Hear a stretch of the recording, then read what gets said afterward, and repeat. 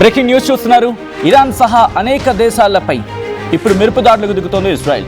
మరి ముఖ్యంగా ఇరాన్ ఆ దేశానికి మద్దతుగా ఉన్న దేశాలపై తాజాగా లెబనాన్ రాజధాని బీరుట్ పై విరుచుకుపడింది Israel. Hezbollah intelligence headquarters, ఆయుధ కర్మాగారం, శాటిలైట్ కమ్యూనికేషన్ సిస్టమ్ పై ఇజ్రాయెల్ ఎయిర్ ఫోర్స్ అటాక్ దిగింది. ఇందుకు సంబంధించి లేటెస్ట్ విజువల్స్ ని కూడా రిలీజ్ చేసింది ఇజ్రాయెల్. హెజ్బుల్లా పౌరులు నివసించే ప్రాంతాలను రక్షణగా వాడుకుంటోందని, అంటే పౌరుల స్థావరాలని లేకపోతే పౌర నివాసాలని వాటిని కవర్ చేసుకొని, అంటే వాటిని అడ్డుపెట్టుకుని హెజ్బుల్లా తన కార్యకలాపాలను నిర్వహిస్తోందంటూ కూడా ఇటు ఇజ్రాయెల్ ఆరోపిస్తోంది. హెజ్బుల్లా పౌరులు నివసించే ప్రాంతాలను రక్షణగా వాడుకుంటోందంటూ ఇజ్రాయెల్ ఇక్కడ ఆరోపించడం జరుగుతోంది. ఇజ్రాయెల్పై దాడులు చేసి ఏ ఒక్కరిని వదిలిపెట్టమంటోంది ఇజ్రాయెల్. హెజ్బుల్లాకు చెందిన 160కి పైగా స్థావరాలపై ఇజ్రాయెల్ దాడికి దిగింది. దానికి సంబంధించిన లేటెస్ట్ బ్రేకింగ్ న్యూస్ చూడడం జరుగుతోంది ఆర్టీవీ స్క్రీన్ మీద. మీరు చూడొచ్చు, కొద్దిసేపటి క్రితం ఇజ్రాయెల్ చేసిన ట్వీట్ ఇది. The air force completed A short time ago a wave of strikes targeting headquarters, weapon storage facilities and satellite communication components of the intelligence headquarters of the Hezbollah terrorist organization in the Beirut area, which were used under civilian cover. They attacked the communication sites, served the Hezbollah's terrorist organization as terror infrastructures, in which the organization used to carry out the terror activities, intelligence gathering, and also served the organization for propaganda purposes. All of the targets attacked are terror targets intended to serve the terrorist organization to advance and execute various terror plots against IDF forces and civilians of the state of Israel అంటూ చెప్పుకొచ్చిందంటే అర్థం చేసుకోవచ్చు. ఏమంటోంది అనేది నేను క్లుప్తంగా మీకు వివరించే ప్రయత్నం చేస్తాను.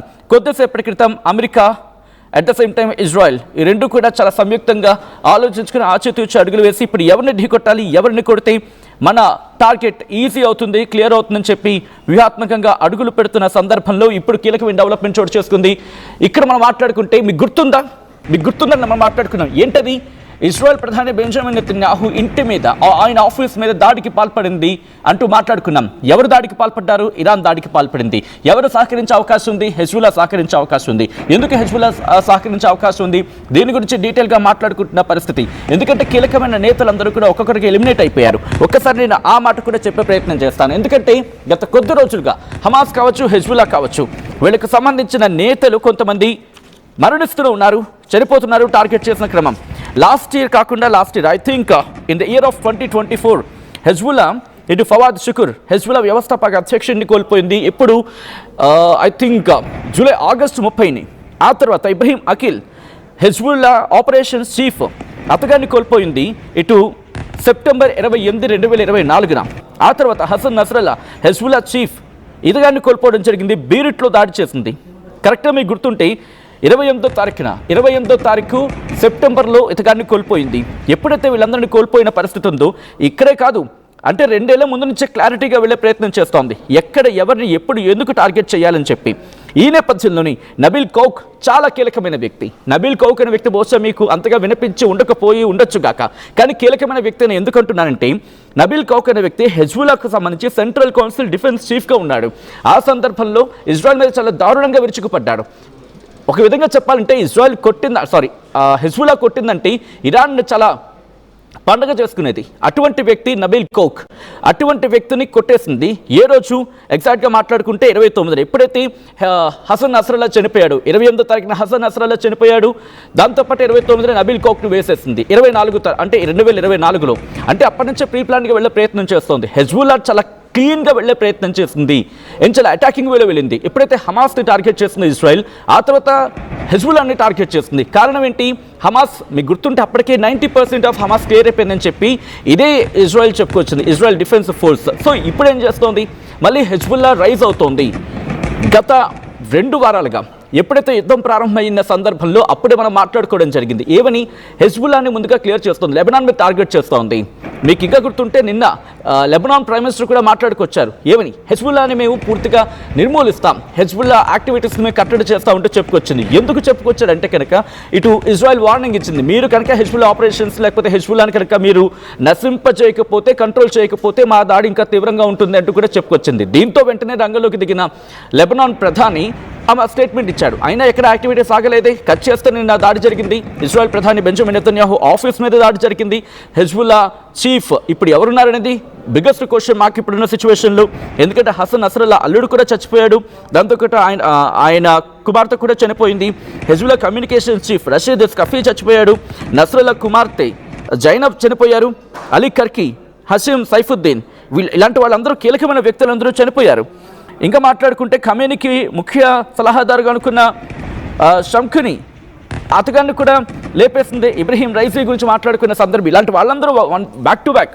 అంటే ఇబ్రహీం రైసీ మరణించింది విమాన ప్రమాదాలు అయ్యుండొచ్చు కాక, అండ్ కీలకమైన వ్యక్తులుగా మాట్లాడుకున్న సందర్భం. అంటే ఒక నెట్వర్క్ని నడిపించే కీలకమైన వ్యక్తులందరినీ బ్యాక్ టు బ్యాక్ క్లియర్ చేసుకుంటూ వచ్చి ఇప్పుడు ఇరాన్ని టార్గెట్ చేసింది. ఇరాన్ని టార్గెట్ చేయడం అంత ఈజీ కాదు, కానీ దీనికి దాదాపుగా 2-3 ఏళ్ల నుంచి వాళ్ళ ప్లానింగ్ ఉంది. నిర్మోహమాటంగా నిస్సంకోచంగా మాట్లాడుకోవాలి ఇక్కడ. అంటే అంత నెట్వర్క్ని క్లియర్ చేసిన తర్వాత దీనికి సంబంధించి పూర్తి డీటెయిల్స్ ఒక్కసారి ఆ విజువల్స్ని చూద్దాం. ప్రస్తుతం లెబనాన్ మీద ఏ స్థాయిలో దాడి చేస్తుందో ఆ విజువల్స్ని చూసే ప్రయత్నం చేద్దాం. ముందుగా విజువల్స్ చూద్దాం, ఆ తర్వాత ఇన్ డీటెయిల్గా మాట్లాడుకుందాం. ఒకసారి విజువల్స్ చూడండి.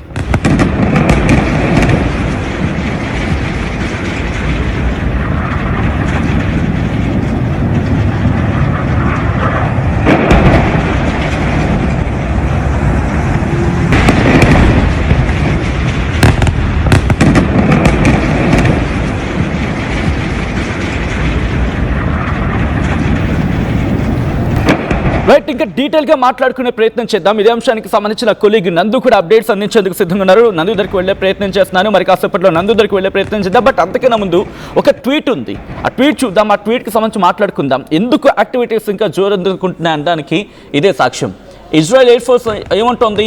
ఇజ్రాయెల్ ఎయిర్ ఫోర్స్ అనేది ఒక షార్ట్ టైం ఎగో చెప్పుకొచ్చింది. ఏమని? వేవ్ ఆఫ్ స్ట్రైక్స్, అంటే గంపగుత్తగా మిసైల్స్ని పంపించిన తర్వాత ఇటు హెజ్బుల్లా హెడ్ క్వార్టర్స్ని, అలాగే వాళ్ళ స్టోరేజ్ ఫెసిలిటీస్ని, శాటిలైట్ కమ్యూనికేషన్ కాంపోనెంట్స్ని, ఇంటెలిజెన్స్ హెడ్ క్వార్టర్స్ని, హెజ్బుల్లాకి సంబంధించి వాళ్ళు బీరెట్లో ఏరియాలో ఉన్న వీటన్నిటిని కూడా మేము కొట్టిపారేస్తాం. అయితే ఏంటి, ఇక్కడ దురదృష్టవశాత్తు సివిలియన్ అంటే పౌరుల నివాసాలు ఉంటాయి కదా, పౌర నివాసాలు ఉంటాయి కదా, వాటిని అడ్డు పెట్టుకుని వాళ్ళు వాటి మధ్యలో వీటిని నిర్మించడం జరిగింది. మీకు గుర్తుంటారు దాదాపు గత ఏడాదిన్నర క్రితం ఇదే మాట చెప్పుకొచ్చింది. అక్కడ పౌరులకు చెప్పుకొచ్చింది, మీరు వాళ్లకు ఆశ్రయం కల్పించకండి, వాళ్ళు ఉండే ప్రదేశాలు మీరు ఉండకండి, ఉంటే కనుక మీకు ప్రమాదం, మేము మిమ్మల్ని కూడా విడిచిపెట్టామని చెప్పి అర్థం వచ్చేలా వార్నింగ్ ఇచ్చింది. ఈరోజు అదే మాట వాస్తవమైంది. పౌర నివాసాల మధ్యలో, బీరూట్ ఏరియాలో పౌర నివాసాల మధ్యలో ఇవన్నీ కూడా ఉన్నాయి. వాళ్ళ హెడ్ క్వార్టర్స్ కావచ్చు, వాళ్ళ ఇంటెలిజెన్స్ వ్యవస్థ కావచ్చు, లేకపోతే వాళ్ళ కమ్యూనికేషన్ సిస్టమ్ కావచ్చు, వాళ్ళ కీలకమైన వ్యక్తులు కావచ్చు, ఇవన్నీ కూడా అంటూ చెప్పుకొచ్చిన సందర్భం. దీంతో టార్గెట్ చేస్తూ ఉంటుంది. All the attacked communication sites served as Hezbollah terrorist organizations infrastructure. సరే, మనం మాట్లాడుకున్నట్టుగా ఇవన్నీ పేల్చి పారేస్తామని చెప్పుకొచ్చింది. అసలు ఇంతకీ ఇప్పుడు టార్గెట్, మరి ముఖ్యంగా మాట్లాడుకుంటే ఇజ్రాయెల్ టార్గెట్ ఇప్పుడు హెజ్బుల్లా వైపు వెళ్ళిపోయిందా?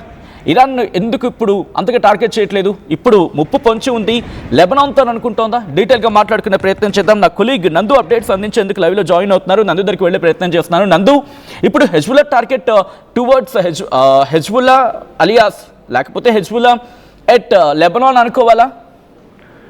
అంటే ఖచ్చితంగా ఇరాన్ కి ఒక ప్రాక్సీగా ఉంది అనేది మనందరికి తెలిసిందే హెజ్బుల్లా. సో ఇన్ఫాక్ట్ ఇప్పుడు ఇంతకాలం ఎలా ఇరాన్ యుద్ధం కొనసాగించగలుగుతుంది అన్నప్పుడు Hezbollah is one of the biggest support. అంటే ఇరాన్ భూభాగం పరంగా ఇజ్రాయెల్ కి దూరంగా ఉండడం అనేది ఒక చిన్న డిసడ్వాంటేజ్ అయినప్పటికీ హెజ్బుల్లా ఇజ్రాయెల్ కి ఒక భాగం అయినడు కనెక్టెడ్ గా ఉండడం వల్ల చాలా ఈజీ అవుతుంది వీళ్ళకి టార్గెట్ చేయడం అనేది. వరుసగా దాడులు చేసుకుంటూ వస్తున్నారు. ఇన్ఫాక్ట్ ఇజ్రాయెల్ కి అతి తీవ్రమైన నష్టం ఇరాన్ కంటే కూడా హిజ్బుల్లా వల్ల ఇప్పుడు జరుగుతున్నట్లుగా మనకి తెలుస్తోంది. ముఖ్యంగా ఈ హైఫా ప్రాంతం సమీపంలో బాగా దాడులు జరుగుతున్నట్లుగా తెలుస్తుంది. మిష్మర్ హకర్మెల్ అనేటువంటి ఈ మిజైల్ డిఫెన్స్ సెంటర్ టార్గెట్ గా వీళ్ళు ఎక్కువగా రాకెట్స్, డ్రోన్స్ ఉపయోగిస్తూ టార్గెట్ చేస్తున్నారట, అంటే దాడులు చేస్తున్నారట. చాలా తీవ్రమైనటువంటి నష్టాన్ని ఖచ్చితంగా ఇజ్రాయెల్ ఫేస్ చేస్తుంది. వాటితో పాటుగా ఇటు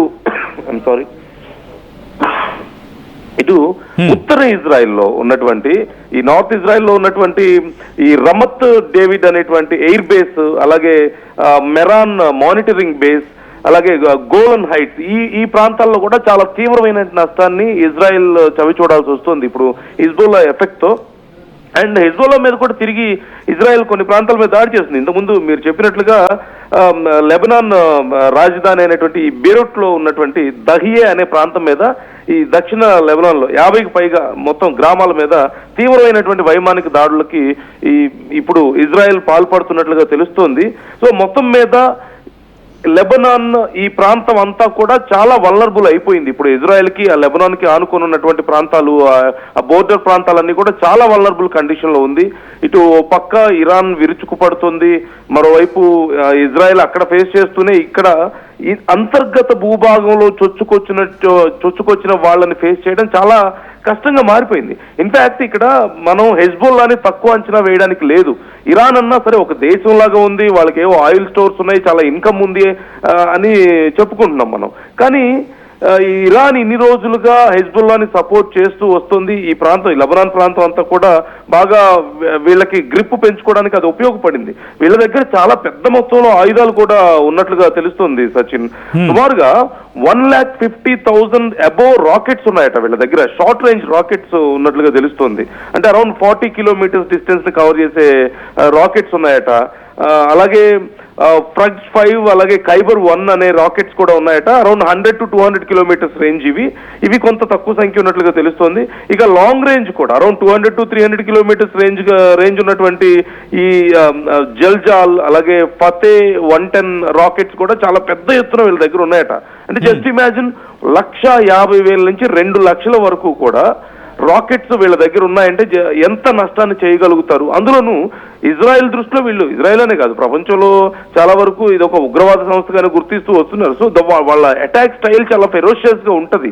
కంపారిటివ్లీ సైన్యంతో పోల్చుకుంటే వీళ్ళ అటాక్ స్టైల్ ఫెరోషియస్ గా ఉండడం ఒకటైతే, చాలా బ్రూటల్ గా ఉండడం ఒకటైతే, కొన్ని ఆత్మాహుతి దాడులకు కూడా పాల్పడుతున్నట్లుగా మనకు తెలుస్తోంది ఇజ్రాయెల్లో చాలా ప్రాంతాల మీద.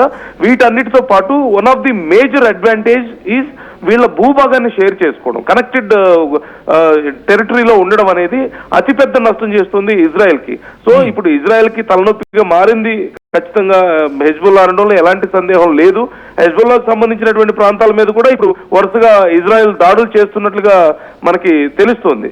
ఇక ఈ దాడులు ఖచ్చితంగా ఇప్పుడు ఈ రోజు రేపట్లో మరిన్ని పెద్ద ఎత్తున ఆత్మాహుతి దాడులకు కూడా ప్లాన్ చేస్తున్నట్లుగా సమాచారం అందుతోంది.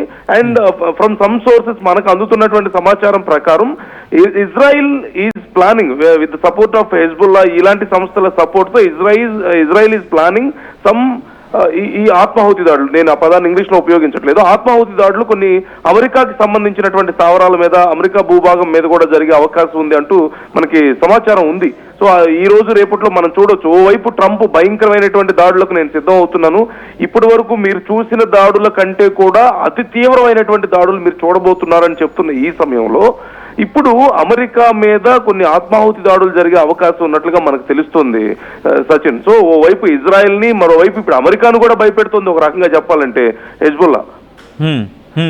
So it's very difficult situation. ఖచ్చితంగా ఇజ్రాయెల్ కి ఇది చాలా డిఫికల్ట్ సిచ్యువేషన్.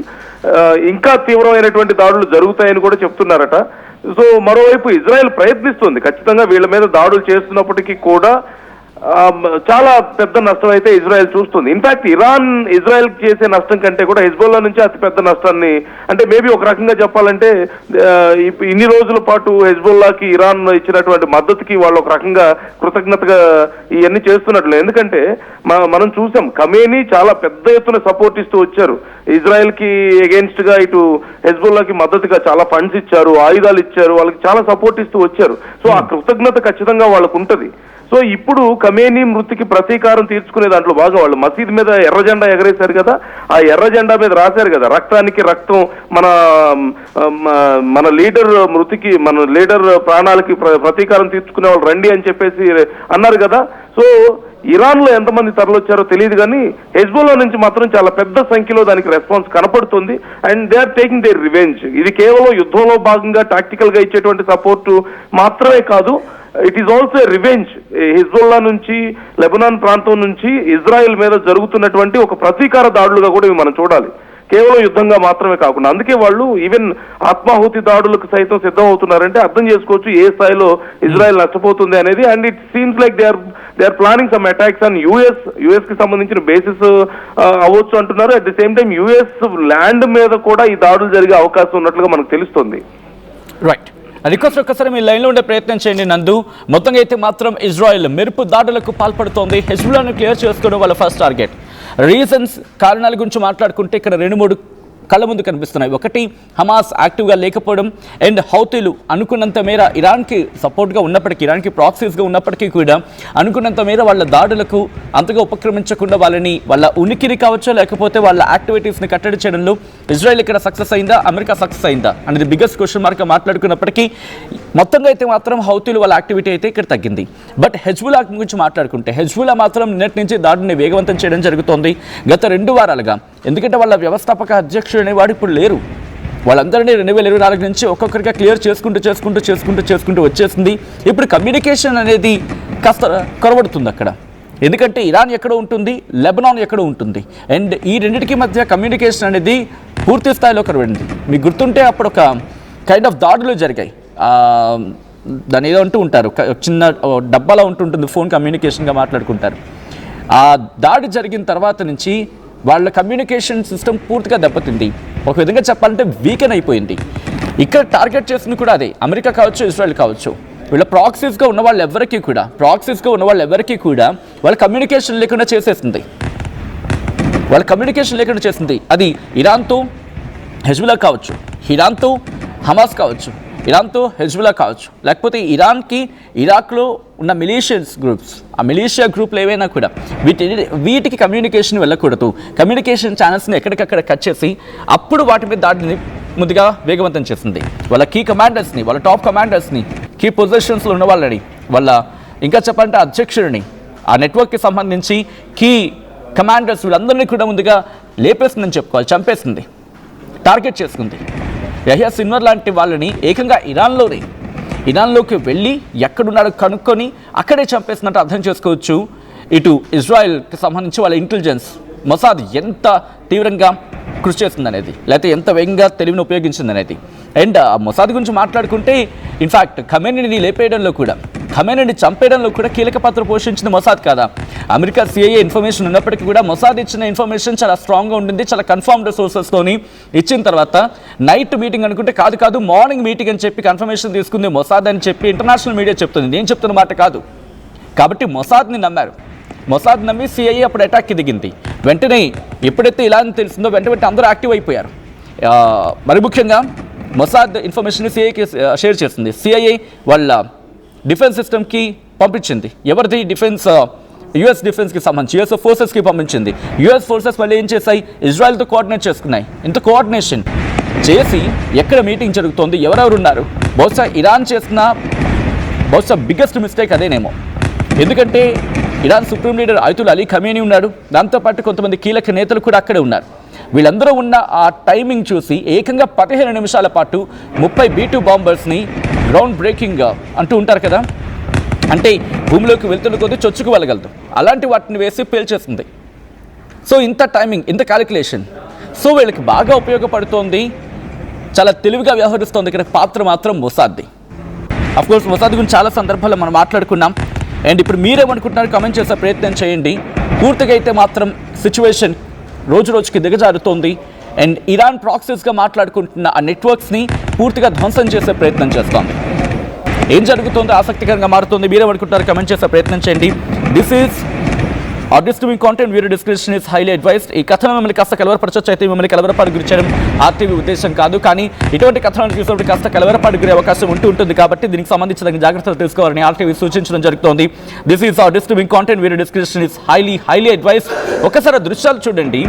వాళ్ళు ఇస్తున్న ఆధారాలు కూడా IDF ఒకటే చెబుతోంది. మేము నోటు మాటగా చెప్పట్లేదు, విజువల్స్తో చూపించే ప్రయత్నం చేస్తున్నాం. ఎక్కడ, ఎప్పుడు, ఎలా, ఎవరిని, ఎందుకు దాడి చేశాము, ఎందుకు దాడి చేయాల్సి వచ్చింది, ఎవరిని దాడి చేస్తున్నాం, ఎవరెవరిని దాడి చేస్తున్నాం, అక్కడ ముందే మేము వార్నింగ్ ఇస్తున్నాం, ఇవన్నీ కూడా చెబుతోంది ఇజ్రాయెల్ డిఫెన్స్ ఫోర్స్. బట్ క్లుప్తంగా మాట్లాడుకుంటే కనుక ఇరాన్తో మొదలైన యుద్ధం ఇది 3వ ప్రపంచ యుద్ధానికి దారితీస్తోంది. గల్ఫ్ దేశాలు ఇప్పటికే మాట్లాడుతున్నాయి, ఇది మేము ఊరుకునేదే లేదు. ఇక్కడ ఇరాన్ కనుక కాస్త చల్లబడితే సరే, లేదంటే కనుక మేమంతా కలిసి యుద్ధానికి దిగుతామంటూ కూడా మాట్లాడుతున్న సందర్భం. బట్ గల్ఫ్ దేశాలు యుద్ధానికి దిగే అవకాశం ఉందంటే బిగ్గెస్ట్ క్వశ్చన్ మార్క్. ఎందుకంటే అమెరికా సపోర్ట్ లేకుండా, అమెరికా యాంటీ మిజైల్ సిస్టమ్ అంటే ఎయిర్ డిఫెన్స్ సిస్టమ్ లేకుండా గల్ఫ్ దేశాలు రంగంలోకి దిగే అవకాశం లేదు. సో ఇక్కడే వినిపిస్తున్న మాట ఏంటి? ఇదే గల్ఫ్ దేశాలు నేను అంటున్న మాట కాదు, గుర్తుపెట్టుకోండి. గల్ఫ్ దేశాలు అంటున్న మాట, అమెరికా మా ఎయిర్ డిఫెన్స్ సిస్టమ్ని తీసుకెళ్లి ఇజ్రాయెల్కి ఇచ్చేసింది, కాబట్టి ఇప్పుడు మేము చావు దెబ్బ తినాల్సి వస్తుందని చెప్తున్న క్రమం. సో ఆ తర్వాత నిన్న అమెరికా అధ్యక్షుడు ట్రంప్ మాట్లాడారు. ఇవన్నీ జరుగుతూ ఉన్నాయి కాబట్టి ఇప్పటికిప్పుడు పరిణామాలు ఎలా మారుతాయో చెప్పలేను.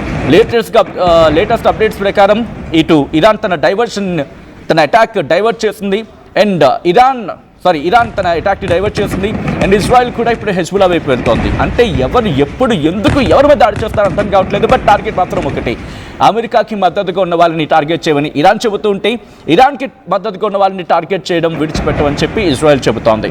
సో క్లుప్తంగా మాత్రం ఈ దాడులు ఇంకా తీవ్రతరమయ్యే అవకాశం ఉంది. ట్రంప్ చెప్పినట్టుగా బహుశా ఇంకొక 4 వారాల పాటు కంటిన్యూ అవకాశం క్లియర్ కట్గా కనిపిస్తోంది. అంతకన్నా ముందే ఆగే అవకాశం ఉందా? Biggest question mark. బట్ ఆ దాటచ్చా అనేది క్లియర్ కట్